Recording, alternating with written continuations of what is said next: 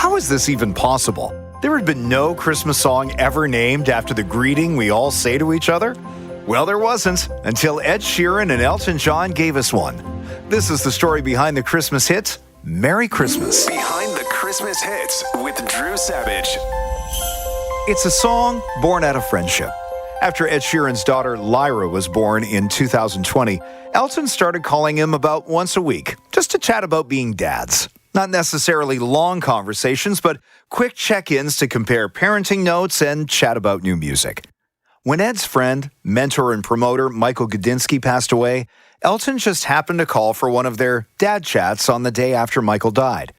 Ed says several times throughout that conversation, he would just stop talking and then burst into tears for a few seconds before resuming the conversation. It was clear to Elton how much pain Ed was in, so these weekly calls became daily, just to see how Ed was doing. They were now literally speaking every day. They are great friends and spoke on Christmas Day 2020. Elton was talking about how thrilled he was that his 1974 hit, Step Into Christmas, reaches a higher chart position in England every year, peaking at number 6 that Christmas. That's when Elton said he wanted to do a new holiday song and wanted Ed to do it with him. A Christmas album was something Ed thought he might do when he was 60. In fact, his manager Stuart Camp would joke with Ed and say, "If you ever make a Christmas record, I'm retiring." When Ed was on The Tonight Show with Jimmy Fallon, he said the only way he'd do it was if they went all in and chucked the kitchen sink at it. Ed told him he wanted, quote, sleigh bells, ding-dongs, a proper Christmas song. It didn't sound like he was interested in doing a cover of a familiar classic.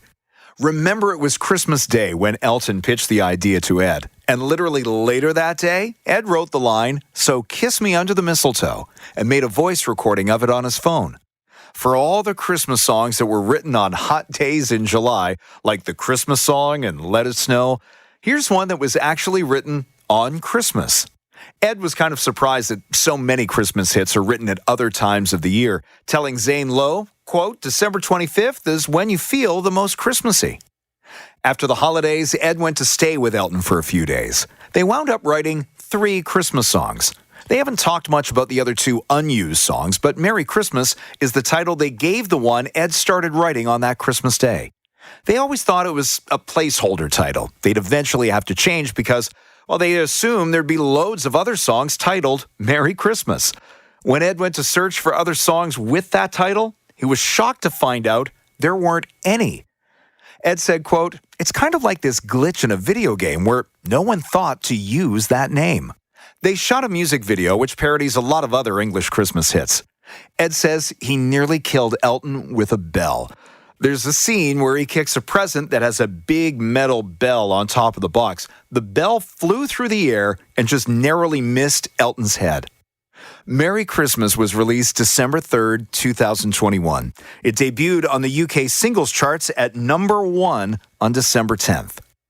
Being a Christmas number 1 is a big deal in England. It's actually one of the storylines in the movie Love Actually, where the character of Billy Mack records a new version of Love Is All Around, which becomes the number 1 song at Christmas.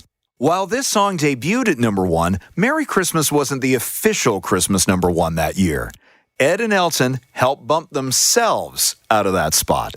The Christmas number 1 in 2021 was called Sausage Rolls for Everyone from Lad Baby, a husband and wife team famous in the UK for their online content. Sausage Rolls for Everyone was a parody of Merry Christmas that featured Ed and Elton on vocals and helped raise money for local food bank programs.